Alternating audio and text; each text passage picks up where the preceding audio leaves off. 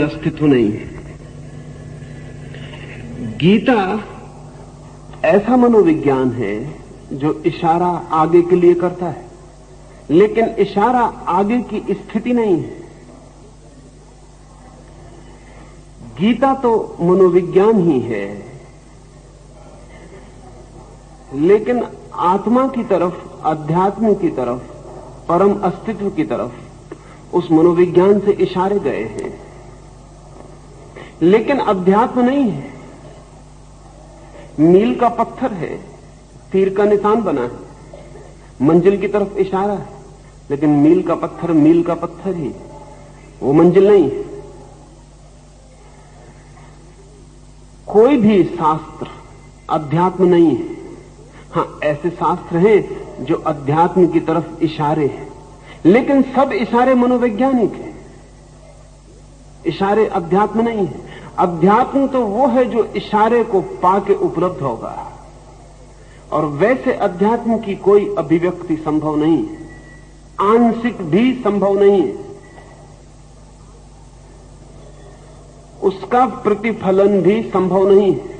उसके कारण हैं, संक्षिप्त में 2-3 कारण ख्याल में ले लेने जरूरी हैं। एक तो जब अध्यात्म का अनुभव होता है तो कोई विचार चित्त में नहीं होता, और जिस अनुभव में विचार मौजूद न हो, उस अनुभव को विचार प्रकट कैसे करे? विचार प्रकट कर सकता है उस अनुभव को जिसमें वो मौजूद रहा हो, गवाही रहा हो, लेकिन जिस अनुभव में वो मौजूद ही न रहा हो, उसको विचार प्रकट नहीं कर पाता। अध्यात्म का अनुभव निर्विचार अनुभव है, विचार मौजूद नहीं होता, इसलिए विचार कोई खबर नहीं ला पाता। इसलिए तो उपनिषद कह के थक जाते हैं, नेति नेति कहते हैं, यह भी नहीं वह भी नहीं। पूछें कि क्या है तो कहते हैं यह भी नहीं वह भी नहीं। जो भी मनुष्य कह सकता है वो कुछ भी नहीं। फिर क्या है वो अनुभव जो सब कहने के बाहर शेष रह जाता है?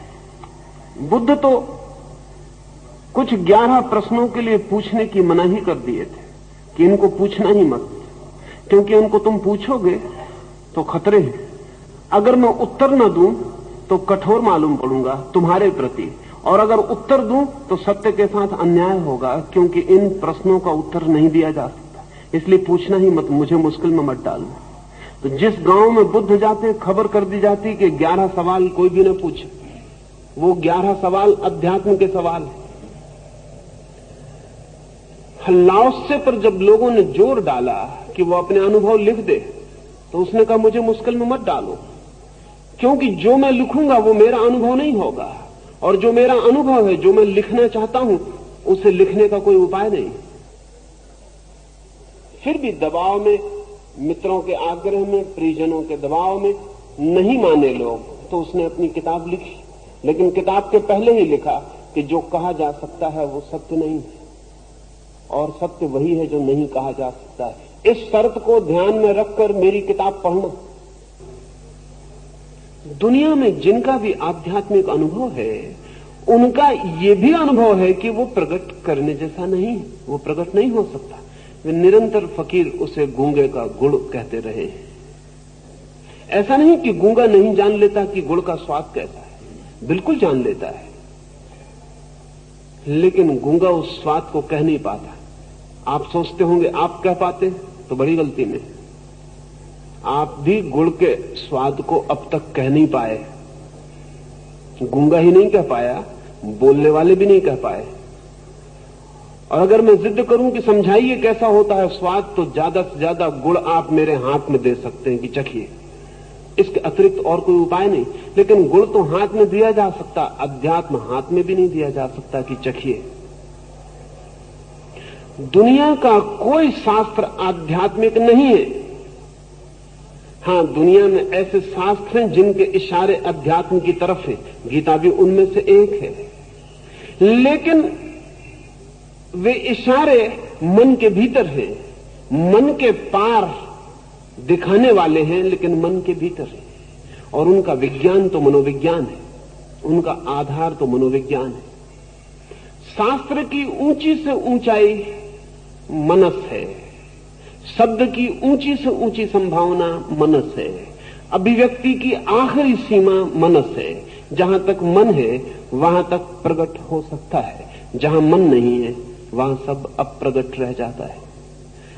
तो जब मैंने गीता को मनोविज्ञान कहा तो मेरा अर्थ नहीं है कि वाटसन का मनोविज्ञान जैसा मनोविज्ञान, कोई बिहेवियरिज्म, कोई व्यवहारवाद, या पावलव का विज्ञान, कोई कंडीशनड रिफ्लेक्स। ये सारे के सारे मनोविज्ञान अपने में बंद हैं और मन के आगे किसी सत्ता को स्वीकार करने को राजी नहीं। कुछ तो मन की भी सत्ता स्वीकार करने को राजी नहीं है। वे तो कहते हैं मन सिर्फ शरीर का ही हिस्सा है। मन यानी मस्तिष्क, मन कहीं कुछ और नहीं है। यह हड्डी, मांसपेशी, इन सब का ही विकसित हिस्सा है। मन भी शरीर से अलग कुछ नहीं है। गीता ऐसा मनोविज्ञान नहीं है। गीता ऐसा मनोविज्ञान है जो मन के पार इशारा करता है, लेकिन है मनोविज्ञान ही। अध्यात्म शास्त्र उसे मैं नहीं कहूंगा, और इसलिए नहीं कि कोई और अध्यात्म शास्त्र है। कहीं कोई शास्त्र अध्यात्म का नहीं है। अध्यात्म की घोषणा ही यही है कि शास्त्र में संभव नहीं है मेरा होना। शब्द में मैं नहीं समाऊंगा।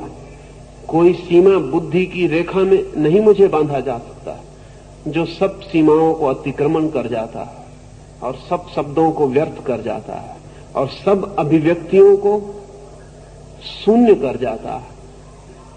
वैसी जो अनुभूति है उसका नाम अध्यात्म है।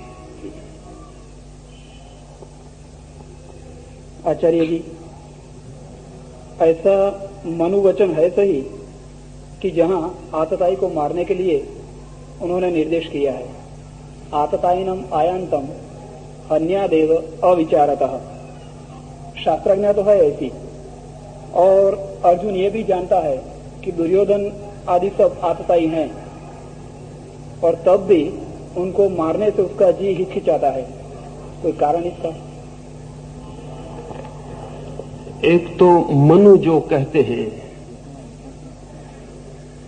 वो सिर्फ सामाजिक नीति है, सोशल इथिक्स है। मनु जो कहते हैं वो केवल सामाजिक चिंतना है, सोशल कोड है। मनु का वचन अध्यात्म नहीं है। मनु का वचन तो मनस भी नहीं है, मनोविज्ञान भी नहीं है। मनु का वचन तो सामाजिक रीति व्यवहार की व्यवस्था है। इसलिए मनु को जोड़ना हो अगर, तो उसे जोड़ना पड़ेगा मार्क्स, उसे जोड़ना पड़ेगा दुर्खीम, इस तरह के लोगों के साथ। मनु का कोई बहुत गहरा सवाल नहीं। मनु सामाजिक व्यवस्थापक है, और समाज की कोई भी व्यवस्था चरम नहीं है। समाज की सभी व्यवस्थाएं सामयिक है। जो व्यक्ति भी थोड़ा चिंतन करेगा उसका चिंतन निरंतर समाज की व्यवस्था के ऊपर चला जाएगा, क्योंकि समाज की व्यवस्था अंतिम व्यक्ति को ध्यान में रखकर बनाई गई होती है। जैसे कहा जाता है कि योग शिक्षक वही है जो अपनी कक्षा में अंतिम विद्यार्थी को ध्यान में रखकर बोलता हो। निश्चित ही योग शिक्षक वही है जो कक्षा में अंतिम व्यक्ति को ध्यान में रख के बोलता हो, लेकिन तब जो कक्षा में प्रथम व्यक्ति हैं उनके लिए शिक्षक तत्काल बेकार हो जाता है। समाज की व्यवस्था में तो अंतिम व्यक्ति को ध्यान में रखा जाता है और जड़ नियम स्थापित किए जाते हैं। अर्जुन साधारण व्यक्ति नहीं है, मीडियोकर माइंड नहीं है। अर्जुन चिंतनशील है, मेधावी है, असाधारण प्रतिभाशाली है। जिंदगी उसके लिए सोच विचार बन जाती है। अब मनु कहते हैं कि जो आतताई है उसे तो मार देने में कोई बुराई नहीं। विचारशील को इतना आसान नहीं है मामला। कौन आतताई है और आतताई हो भी तब भी मारना उचित है या नहीं उचित है। फिर आतताई अपना है, मनु को उसका ख्याल भी नहीं है। आतताई में मान के चला गया है कि वो दुश्मन है। यहां आतताई अपना है और एक व्यक्ति नहीं है, लाखों व्यक्ति हैं और उन लाखों से लाखों तरह के निकट संबंध हैं। इसलिए अर्जुन की स्थिति बहुत भिन्न है। वो साधारण आतताई की, हमलावर की और जिसके ऊपर हमला हुआ है उसकी नहीं है। वही तो वो चिंतन कर रहा है, वही तो वो कह रहा है कि अगर इन सबको मारकर राज्य को भी पाले तो क्या ये सौदा उचित है। वो वही पूछ रहा है, इन सबको मार के राज्य को पा लेना क्या सौदा उचित है? क्या इतनी कीमत पर राज्य को ले लेना कुछ सार्थकता रखता है? वो यही पूछ रहा है। ये जो अर्जुन की मनोदशा है, मनु के जो नियम हैं, उन नियमों से बहुत ऊपर चिंतन की है। असल में नियम तो सदा जड़ होते हैं, जड़ नियम काम चलाऊ होते हैं और विशेष संकट की स्थितियों में अर्थहीन हो जाते हैं। और अर्जुन की संकट की स्थिति बहुत विशेष है। विशेषता 3 प्रकार की है। एक तो ये कि ये तय करना बहुत मुश्किल है कि आतताई कौन है, सदा ही मुश्किल। हमें बहुत आसानी लगती है पीछे से तय करने में कि आतताई कौन है। अगर कौरव जीत गए होते तो आपको पता चलता कि आतताई कौन है, क्योंकि तब कथा और ढंग से लिखी गई होती, क्योंकि तब कथाकार और होते हैं और कथाकार तो जो विजेता है उसके आसपास इकट्ठा होता है, हारे हुओं के आसपास तो इकट्ठा नहीं होता। दूसरे महायुद्ध में हिटलर हार गया, तब हम जानते हैं कि बुरा कौन था। लेकिन अगर हिटलर जीत जाता और चर्चिल और रूजवेल्ट और स्टालिन हारते तो हम बिल्कुल पक्का जानते कि बुरा कोई दूसरा था। स्थितियां गुजर जाने पर पीछे से जो हम सोच पाते हैं वो ठीक स्थितियों के बीच में इतना तय नहीं होता है। आमतौर से इतिहास लिखने वाला आदमी विजेताओं का इतिहास लिखता है और आमतौर से इतिहास विजेताओं के आसपास क्रिस्टलाइज होता है। तो आज हम जानते हैं कि कौरव आतताई थे, लेकिन ठीक युद्ध के क्षण में कौन आतताई है, किसने बुरा किया है, ये मामला इतना 2 और 2 4 जैसा साफ नहीं होता, कभी साफ नहीं होता। चीन कहे चला जाता है कि हमला हिंदुस्तान ने उस पर किया था, हिंदुस्तान कहे चला जाता है कि चीन ने हमला उस पर किया था। कभी ये तय नहीं होगा कि किसने हमला किया था। आज तक कभी तय नहीं हो पाया कि कौन हमलावर है। हां, जो जीत जाता है वो इतिहास लिख लेता है, हारा हुआ हमलावर तय हो जाता है। जो हार जाता है वो इतिहास नहीं लिख पाता है। क्या हार जाना ही हमलावर होने का सबूत है? पीछे से तय करना सदा आसान है, क्योंकि तब रेखाएं बंध गई होती हैं, लेकिन ठीक परिस्थिति के बीच इतना आसान नहीं। भूल चूक सदा दोनों तरफ होती है, मात्राओं में फर्क हो सकते हैं, लेकिन एक तरफा नहीं होती। ऐसा नहीं है कि कौरव ही एकदम जिम्मेवार है सारे पाप के लिए और पांडव बिल्कुल नहीं है, ऐसा नहीं है। मात्राओं के फर्क होते हैं। यह हो सकता है कौरव ज्यादा जिम्मेवार है, लेकिन यह भी बहुत पीछे से जब पर्सपेक्टिव मिलता है, दूरी मिलती है, तब तक होता है। ठीक युद्ध के घने क्षण में अर्जुन का मन बहुत चिंतित हो उठा है, कुछ साफ नहीं है क्या हो रहा है, वो कहां तक ठीक हो रहा है। और फिर अगर यह भी तय हो कि आतताई वही है, तो भी उस तरफ सारे परिजन खड़े होगा। दुर्योधन आतताई होगा, लेकिन द्रोण आतताई नहीं। दुर्योधन आतताई होगा, लेकिन भीष्म आतताई नहीं है। उनकी गोद में ये सब बच्चे बड़े हुए हैं। दुश्मन एक नहीं है, दुश्मन एक बड़ी जमात है।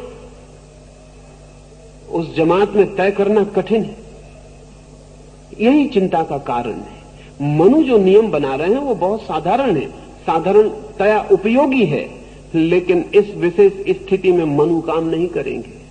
कर भी सकते थे, कर सकते थे एक ही हालत में कि अर्जुन इस स्थिति को झुटलाना चाहता तो कहता, मनु का हवाला देता कि ठीक है, मनु ने कहा है आतताई को मारो, मारते हैं, लेकिन वो कोई बहुत बड़ा विचारपूर्ण कदम ना होता। और एक तो बात पक्की थी कि विचारपूर्ण इसलिए भी ना होता कि ये गीता आपको उपलब्ध ना होती।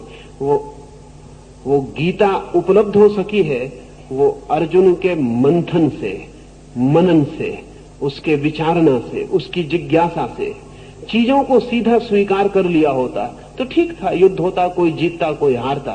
युद्ध होता है तो कोई जीतता है कोई हारता है, कहानी बनती है, कथा बनती है। महाभारत उतना महत्वपूर्ण सिद्ध नहीं हुआ जितनी गीता महत्वपूर्ण सिद्ध हुई है। महाभारत तो हुआ और समाप्त हो गया, गीता का समाप्त होना मुश्किल है। महाभारत एक घटना रह गई और समय बीतता जाता है और भूलता चला जाता है। बल्कि सच तो यह है कि महाभारत याद ही इसलिए रह गया कि उसमें गीता भी घटी, नहीं तो महाभारत याद रहने जैसा भी नहीं था। हजारों युद्ध हुए हैं,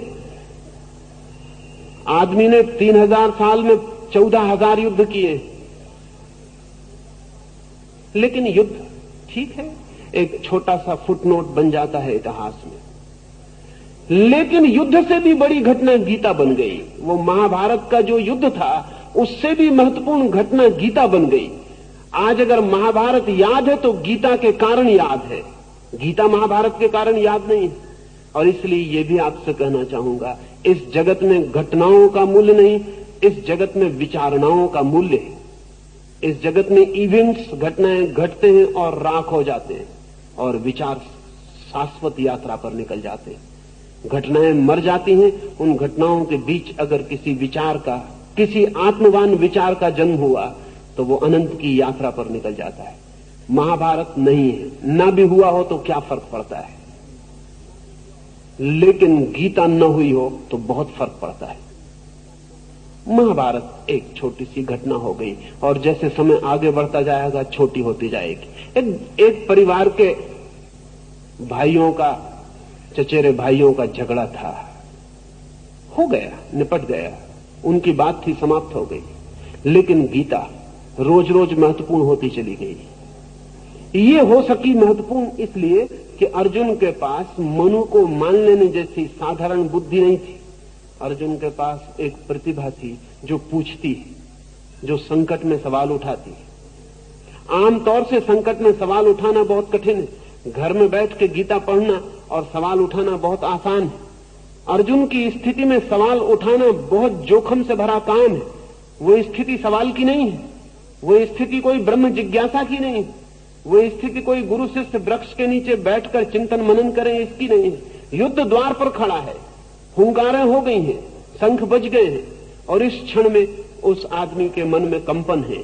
हिम्मतवर आदमी है, कंपन को उस युद्ध के बीच स्थल में प्रकट करता है और वहां भी सोच विचार करता है। इस इतने संकट में जो सोच विचार करता है वो साधारण प्रतिभा नहीं। मनु से काम न चलेगा, उसे कृष्ण जैसा आदमी चाहिए। मनु वहां होते तो वो कहते कि पढ़ लो मेरी मनु स्मृति, उसमें लिखा है कि आतताई को मारो। कर्तव्य स्पष्ट है, कर्तव्य सिर्फ नासमझों को सदा स्पष्ट रहा है, समझदारों को कभी स्पष्ट नहीं रहा। समझदार सदा संदिग्ध रहे, क्योंकि समझदार इतना सोचता है और अक्सर दोनों पहलुओं पर सोचता है कि मुश्किल में पड़ जाता है कि कौन सही है कौन गलत है। गलत और सही की स्पष्टता अज्ञानियों को जितनी होती है उतना विचारशील लोगों को नहीं होती। अज्ञानी के लिए सब साफ होता है, ये गलत है वो सही है, ये हिंदू है वो मुसलमान है, ये अपना है वो पराया है। लेकिन जितना चिंतन आगे बढ़ता है उतना ही संदेह खड़ा होता है, कौन अपना कौन पराया, क्या ठीक क्या गलत। और इस जगत में जो भी मूल्यवान पैदा हुआ है वो इस चिंतन की पीड़ा के प्रसव को जिन्होंने सहा है उनसे पैदा हुआ है। अर्जुन ने कष्ट सहा है उस घड़ी में, उस कष्ट के परिणाम में गीता प्रति संवेदित हुई है। नहीं, मनु से काम नहीं चल सकता है। उतने जड़ नियम सड़क पर ट्रैफिक के नियम जैसे हैं कि बाएं चलना चाहिए, बिल्कुल ठीक है, इसमें कोई अड़चन नहीं है। उल्टा कर लें कि दाएं चलना चाहिए तो भी कोई तकलीफ नहीं है। अमेरिका में उल्टा चलते हैं, लिखा दाएं चलना चाहिए, तो आदमी दाएं चल रहा है, बाएं चलें दाएं चलें, तय कर लेने से काम चल जाता है, लेकिन ये कोई जीवन के परम आधार नहीं है। और अगर कोई आदमी सवाल उठाए कि बाएं चलने में ऐसी कौन सी खूबी है, दाएं क्यों न चला जाए, तो दुनिया में कोई नहीं समझा पाएगा। ये सिर्फ व्यवस्थागत है। और अगर कोई बहुत विचारशील आदमी हो और सवाल उठाए कि बाएं क्या है और दाएं क्या है, तो मुश्किल खड़ी हो जाएगी। काम चलाऊ है। मनु की जो व्यवस्था है अत्यंत काम चलाऊ है। काम चलाऊ व्यवस्था के ऊपर प्रश्न उठ रहे हैं अर्जुन के मन में। उसके प्रश्न परम है। वो ये पूछ रहा है कि मिल जाएगा राज्य इतनों को मारकर, अपनों को मारकर, क्या होगा अर्थ, क्या होगा प्रयोजन? माना कि जीत जाऊंगा, क्या होगा? माना कि वो आत्ताई है, काट डालेंगे उन्हें, बदला पूरा हो जाएगा, फिर क्या होगा? बदला ही, बदले का क्या अर्थ है? और न मालूम कितने निहत्ते मर जाएंगे, न मालूम कितने निर्दोष मर जाएंगे जिनका कोई संबंध नहीं है, जो युद्ध में घसीट कर ले आए गए हैं क्योंकि उनका कहीं कोई संबंध है। उन सब का क्या होगा? नहीं, उसके प्रश्न ज्यादा कीमती हैं। मनु से काम नहीं चल सकता है।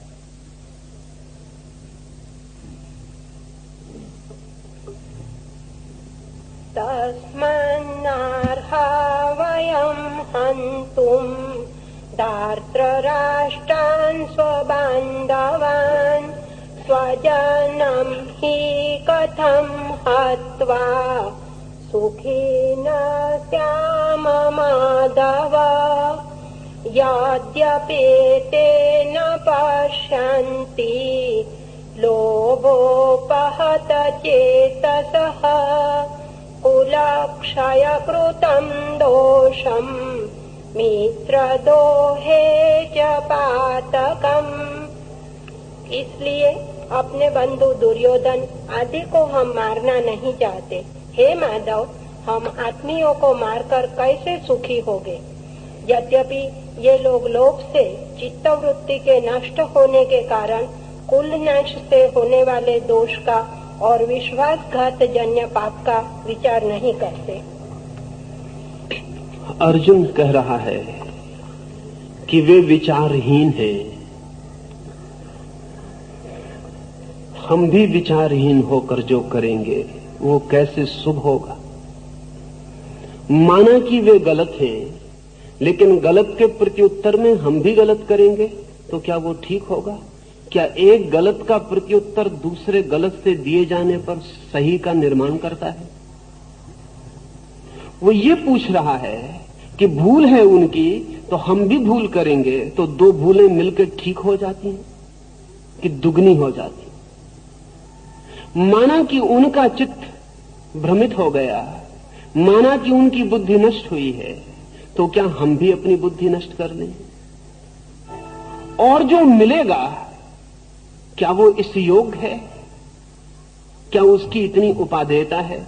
क्या उसका इतना मूल्य है? ध्यान रखें, इसमें अर्जुन के मन में दोहरी बात चल रही है। एक ओर वो कह रहा है कि क्या इसका कोई मूल्य है? इसमें दो बातें। हो सकता है कोई मूल्य हो और कृष्ण उसे मूल्य बता पाए तो वो लड़ने के लिए रैशनलाइज कर ले। हो सकता है कृष्ण समझा पाए कि हां मूल्य है। हो सकता है कृष्ण समझा पाए कि लाभ है, कल्याण है। हो सकता है कृष्ण समझा पाए कि बुराई को बुराई से काट दिया जाएगा, तब जो शेष बचेगा वो शुभ होगा। तो वो लड़ने के लिए अपने को तैयार कर ले। आदमी अपने को तैयार करने के लिए बुद्धिगत कारण खोजना चाहता है। अर्जुन के मन में दोनों बातें हैं। वो जिस तरह से प्रश्न को मौजूद कर रहा है वो ये है कि या तो मुझे भाग जाने के लिए स्वीकृति दें, या तो मैं एस्केप कर जाऊं, और या फिर मैं युद्ध में उतरूं तो मुझे प्रयोजन स्पष्ट करा दें। वो अपने मन को साफ कर लेना चाहता है। युद्ध में उतरे तो ये जान के निश्चित मना कि जो हो रहा है वो शुभ हो रहा है, या फिर युद्ध से भाग जाए। ये दो विकल्प उसे दिखाई पड़ रहे हैं। वो दोनों के लिए राजी दिखाई पड़ता है। दो में से कोई भी एक हो जाए, इसे थोड़ा समझ लेना जैसा है। आदमी सदा से अपने को बुद्धिमान, विचारशील, रैशनल समझता रहा है। अरस्तु ने तो आदमी को रैशनल एनिमल ही कहा है कि बुद्धिमान प्राणी है। लेकिन जैसे जैसे आदमी के संबंध में समझ हमारी बढ़ी है, वैसे वैसे पता चला है कि उसकी बुद्धिमानी सिर्फ अपनी अबुद्धिमानियों को बुद्धिमानी सिद्ध करने से ज्यादा नहीं है। आदमी का रीजन सिर्फ उसके भीतर जो इर्रेशनल है, जो बिल्कुल अबौद्धिक है, उसको जस्टिफाई करने की कोशिश में लगा रहा है। अगर उसे युद्ध करना है तो पहले वो सिद्ध कर लेना चाहेगा कि युद्ध से मंगल होगा, कल्याण होगा, फिर युद्ध में उतर जाएगा। अगर उसे किसी की गर्दन काटनी है तो वो पहले सिद्ध कर लेना चाहेगा कि जिसकी गर्दन कट रही है उसके ही हित में ये कार्य हो रहा है, तब फिर वो गर्दन आसानी से काट सकेगा। अगर उसे आग लगानी है तो वो तय कर लेना चाहेगा कि इस आग लगाने से धर्म की रक्षा होगी, तो वो आग लगाने के लिए तैयार हो जाएगा। आदमी ने उसके भीतर जो बिल्कुल अबौद्धिक तत्व हैं, उनको भी बुद्धिमानी से सिद्ध कर लेने की निरंतर चेष्टा की है। अर्जुन भी वैसी स्थिति में है। उसके भीतर लड़ने की तैयारी तो है, अन्यथा इस युद्ध के मैदान तक आने की कोई जरूरत न थी। उसके मन के भीतर युद्ध का आग्रह तो है, राज्य वो लेना चाहता है, जो हुआ है उसके साथ उसका बदला भी चुकाना चाहता है। इसलिए तो युद्ध के इस आखिरी क्षण तक आ गया है। लेकिन वैसी तैयारी नहीं है जैसे दुर्योधन की, जैसी भीम की। पूरा नहीं है, मन बटा हुआ है, स्प्लिट है, टूटा हुआ है। कहीं भीतर लग भी रहा है कि गलत है, व्यर्थ है, और कहीं लग भी रहा है कि करना ही पड़ेगा। प्रतिष्ठा का, अहंकार का, कुल का, हजार बातों का सवाल है। दोनों बातें उसके भीतर चल रही हैं। दोहरा उसका मन है, डबल बाइंड है। और ध्यान रहे, विचारशील आदमी में सदा ही दोहरा मन होता है। विचारहीन में दोहरा मन नहीं होता, निर्विचार में भी दोहरा मन नहीं होता, लेकिन विचारशील आदमी में दोहरा मन होता है। विचारशील आदमी का मतलब है जो अपने भीतर ही निरंतर डायलॉग में और डिस्कशन में लगा है, जो अपने भीतर ही विवाद में लगा है, अपने को ही दो हिस्सों में करके क्या ठीक नहीं इसका उत्तर प्रत्युत्तर कर रहा है। विचारशील आदमी 24 घंटे अपने भीतर चर्चा कर रहा है, स्वयं से ही। वो चर्चा अर्जुन के भीतर चलती रही होगी। समझा बुझा के वो अपने को युद्ध के मैदान पर ले आया है कि नहीं, लड़ना उचित है। लेकिन युद्ध की पूरी स्थिति का उसे पता नहीं था। पिछले महायुद्ध में जिस आदमी ने हिरोशिमा पर एटम बम गिराया, उसे कुछ भी पता नहीं है कि क्या होगा। उसे इतना ही पता है कि एक बटन दबा देनी है और नीचे एटम गिर जाएगा। उसे यह भी पता नहीं है कि इस एटम से 1 लाख आदमी मरेंगे। उसे कुछ भी पता नहीं। उसे सिर्फ एक ऑर्डर है, एक आज्ञा है जो उसे पूरी करनी है। और आज्ञा यह है कि उसे जाके हवाई जहाज से एक बटन दबा देनी। हिरोशिमा के ऊपर वो बटन दबा के लौट आया। जैसे सारी दुनिया को पता चला, ऐसे ही उसको भी पता चला कि 1 लाख आदमी मर गए। फिर उसकी नींद हराम हो गई।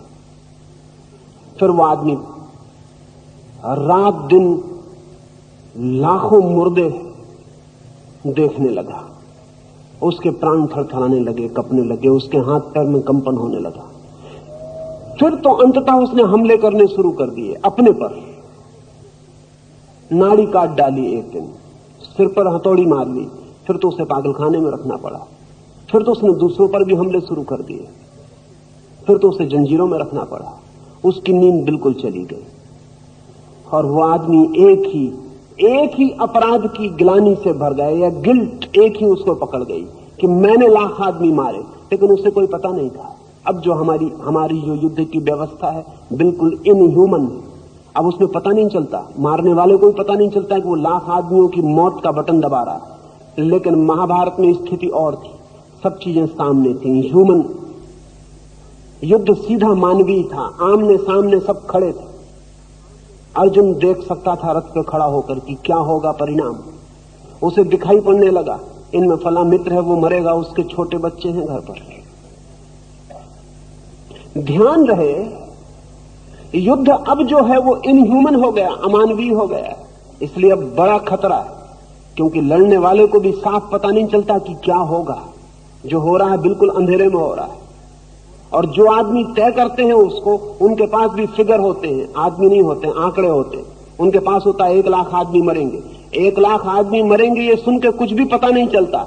1 लाख आदमियों को सामने खड़ा करिए, खड़े हो जाइए मंच पर, देखिए कि ये 1 लाख आदमी मरेंगे, तब इनकी 1 लाख पत्नियां भी दिखाई पड़ती हैं, इनके लाखों बच्चे भी दिखाई पड़ते हैं, इनकी बूढ़ी माँ भी होंगी, इनके पिता भी होंगे, इनकी न मालूम क्या क्या जिम्मेवारियां होंगी। इन 1 लाख को मारने की जिम्मेवारी अगर हिरोशिमा पर बम डालने वाले को सामने होती, तो मैं भी सोचता हूं कि वो आदमी कहता इससे मैं मर जाना पसंद करूंगा, ये आज्ञा मैं नहीं मानता। उसके सामने भी सवाल उठता, इनको मारना है क्या नौकरी के लिए? अर्जुन को सवाल उठा, सामने था सब चित्र, उसे सब दिखाई पड़ने लगा। ये विधवाएं रोती बिलखती दिखाई पड़ने लगी, इनमें न मालूम कितने उसके परिजन थे, उनकी विधवाएं होंगी, उनके बच्चे तड़फेंगे, रोएंगे, ये सब लाशों से भर जाएगा मैदान।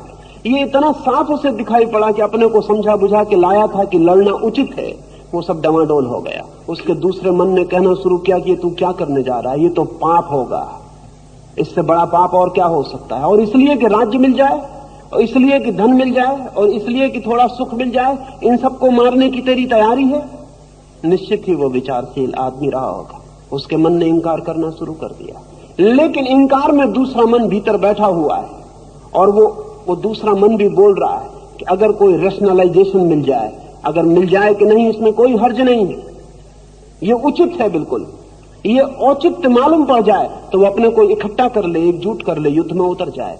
कृष्ण से पूछते वक्त अर्जुन को भी पता नहीं है कि उत्तर क्या मिलेगा, और कृष्ण से पूछते वक्त अर्जुन को भी साफ नहीं है कि स्थिति बाद में क्या बनेगी। कृष्ण जैसे आदमी प्रेडिक्टेबल नहीं होते, कृष्ण जैसे आदमियों के उत्तर निश्चित नहीं होते, रेडीमेड नहीं होते।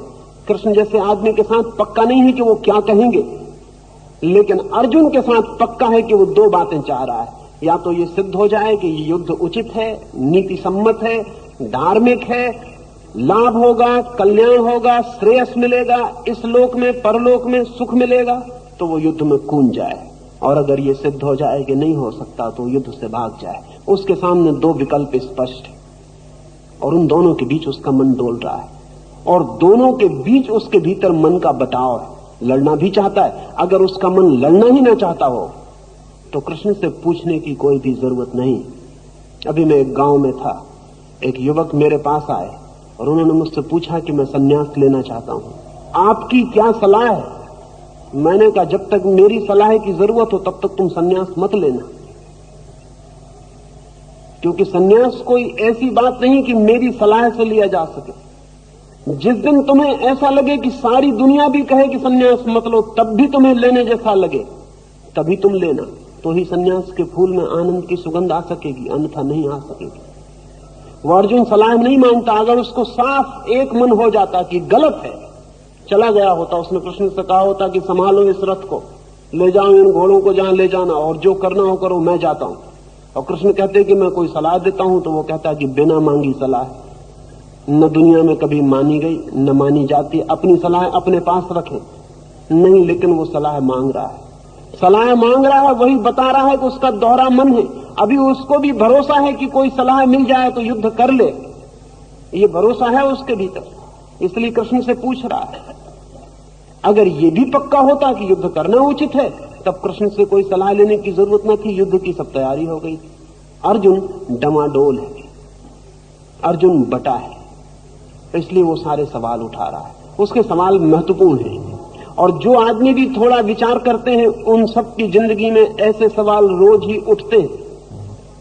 जब मन बढ़ जाता है और दोहरे उत्तर एक साथ आने लगते हैं और सब निर्णय खो जाते हैं। अर्जुन संशय की अवस्था में, डिसिसिवनेस खो गई। जब भी आप किसी से सलाह मांगते हैं तब वो सदा ही इस बात की खबर होती कि अपने पे भरोसा खो गया है, सेल्फ कॉन्फिडेंस खो गया है। अब अपने से कोई आशा नहीं उत्तर की, क्योंकि अपने से 2 उत्तर एक से बलपूर्वक आ रहे हैं, एक सी एम्फेसिस लेकर आ रहे हैं। दोनों में तय करना मुश्किल है, कभी एक ठीक कभी दूसरा ठीक मालूम पड़ता है। तभी आदमी सलाह मांगने जाता है। जब भी कोई आदमी सलाह मांगने जाता है तब जानना चाहिए वो भीतर से इतना बट गया है कि अब उसके भीतर से उसे उत्तर नहीं मालूम पड़ रहा है। ऐसी उसकी दशा है, वो अपनी उसी दशा का वर्णन कर रहा है। आचार्य श्री, आपने अभी संन्यास के बारे में कुछ कहा, तो यहाँ जीवन जागृति केंद्र के बुक स्टॉल पर अभिनव संन्यास योजना नामक एक पुस्तिका भी बिक रही है। तो उसमें कहीं लिखा है कि आप गुरु नहीं गवाह बनते हैं, तो वो भी स्पष्ट करें। और साथ में और भी एक सवाल है, अर्जुन कृष्ण दोनों युद्ध में खड़े हैं। युद्धारंभ में ही गीता के 18 अध्याय सुनने में अर्जुन कैसे प्रवृत्त हो सकता है और कृष्ण कैसे गीता प्रवचन सुनाने को व्यक्त हो सकते हैं? सारी सेनाएं भी वहां मौजूद थी, तो क्या सब कृष्णार्जुन संवाद प्रश्नोत्तरी सुनने में ही व्यस्त थे? क्या वो टाइम साइकोलॉजिकल टाइम था या कोई दूसरा कोई?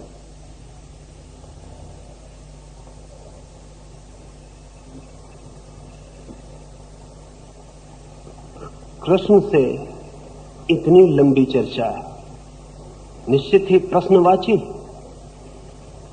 निश्चय ही प्रश्न उठता है। युद्ध के मैदान पर जहां की योद्धा तैयार हो लड़ने को, जूझने को, वहां ये 18 अध्याय, ये इतनी लंबी किताब अगर कृष्ण ने बिल्कुल उस तरह से कही हो जैसे कि गीता भक्त दोहराते हैं, तो भी काफी समय लग गया होगा। अगर बिना रुके और बिना अर्जुन की तरफ देखे आंख बंद करके बोलते ही चले गए हों, तब भी काफी वक्त लग जाएगा। ये कैसे संभव हुआ होगा? दो बातें इस संबंध में निरंतर ये सवाल गूंजता रहा है। इसलिए कुछ लोगों ने तो ये कह दिया कि गीता महाभारत में प्रक्षिप्त है, वो बाद में डाल दी गई है, ये हो नहीं सकता। कुछ लोगों ने कहा कि वहां संक्षिप्त में बात हुई होगी, फिर उसको विस्तार से बाद में कवि ने फैला दिया है। दोनों ही बातें मेरे लिए सही नहीं है। मेरे लिए तो गीता घटी और वैसी ही घटी है जैसी सामने है, लेकिन घटने के क्रम को थोड़ा समझना जरूरी है। ये सारी बातचीत आमने सामने हुई हो, ये सारी बातचीत जैसे हम और आप बोल रहे हैं ऐसी हुई हो, तो इसमें कृष्ण और अर्जुन ही भागीदार न रह जाते। इसमें बहुत बड़े लोग थे, बड़ी भीड़ थी चारों तरफ से, इसमें और लोग भी भागीदार हो गए होते, इसमें और लोगों ने भी सवाल उठाए होते, इसमें और सारे लोग बिल्कुल चुप ही खड़े हैं। इस तरफ भी योद्धा हैं, उस तरफ भी योद्धा हैं, ये बात दोनों की चलती है घंटों, इसमें कोई बोला नहीं बीच में। किसी ने इतना भी ना कहा कि ये बातचीत का समय नहीं है, युद्ध का समय है, शंख बज चुके हैं, अब ये चर्चा नहीं चलनी चाहिए। नहीं, कोई नहीं बोला। मेरे देखे ये चर्चा टेलीपैथिक है, ये चर्चा सीधी आमने सामने नहीं हुई। तो टेलीपैथी थोड़ी समझनी पड़े तो ख्याल में आए, अन्यथा ख्याल में नहीं आ पाएगी। एक दो तीन उदाहरण से समझाने की कोशिश करूं। एक फकीर था अभी यूनान में, जॉर्ज गुरजीएफ। 3 महीने के लिए रूस के एक बहुत बड़े गणितज्ञ आस्पेंस्की और उसके 30 और शिष्यों को लेकर वो तिफलिस के एक छोटे से गांव में जाके बैठ गया था। इन 30 लोगों को एक बड़े बंगले में उसने कैद कर रखा था, कैद, क्योंकि बाहर निकलने की कोई आज्ञा न थी।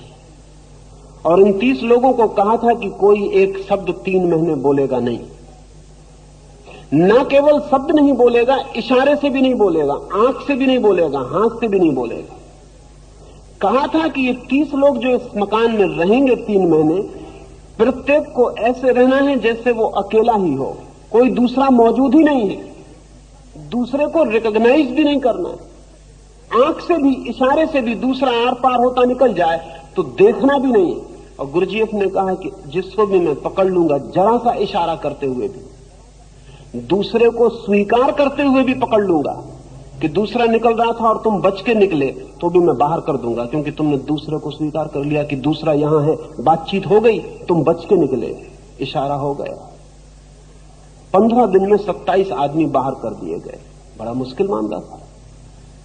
जहां 30 आदमी मौजूद हों, एक कमरे में 10-10, 12-12 लोग बैठे हों, वहां दूसरों को बिल्कुल भूल ही जाना कि वो है ही नहीं, अकेले जीने लगना कठिन था। इतना कठिन नहीं जितना हम सोचते हैं, क्योंकि 3 आदमी बच ही गए। 3 भी छोटी संख्या नहीं। इतना कठिन नहीं क्योंकि एक आदमी जंगल में बैठ के आंख बंद करके भीड़ में हो जाता है, तो भीड़ में बैठ के अकेला क्यों नहीं हो सकता। मन की सभी क्रियाएं रिवर्सिबल हैं। मन की सभी क्रियाएं उल्टी हो सकती हैं। अगर जंगल में बैठ के आदमी अपनी पत्नी से बातचीत कर सकता है, तो अपनी पत्नी के पास बैठ के बिल्कुल अकेला हो सकता है। इसमें कोई अड़चन नहीं। 3 आदमी बच गए। उनमें गणितज्ञ ऑस्पेंस्की भी था। वो खुद भी एक वैज्ञानिक चिंतक था, और इधर 100 वर्षों में गणित पर शायद सर्वाधिक गहरी किताब उसने लिखी है, टर्शियम आर्गन। कहते हैं कि यूरोप में 3 बड़ी किताबें लिखी गई हैं अब तक। एक अरस्तु का आर्गनम, फिर बेकन का नोवम आर्गनम, और फिर ऑस्पेंस्की का टर्शियम आर्गनम। ये बड़ा वैज्ञानिक चिंतक था। ये भी उन 3 में एक बच गया था। 3 महीने बीत गए। 3 महीने वो ऐसे वहां रहा जैसे अकेला है। वो कमरों में जो लोग थे वो तो भूल ही गए, बाहर जो दुनिया थी वो भी भूल गई। और जो आदमी दूसरों को भूल जाए वो अपने को भी भूल जाता है। स्मरण रखें, अगर अपने को याद रखना हो तो दूसरों को याद रखना जरूरी है, क्योंकि मैं और तू एक ही डंडे के 2 छोर हैं। इनमें से एक गया कि दूसरा फौरन गया। ये दोनों बचते हैं या दोनों चले जाते हैं। कोई कहे कि मैं को बचा लूं और तू को भूल जाऊं तो असंभव है, क्योंकि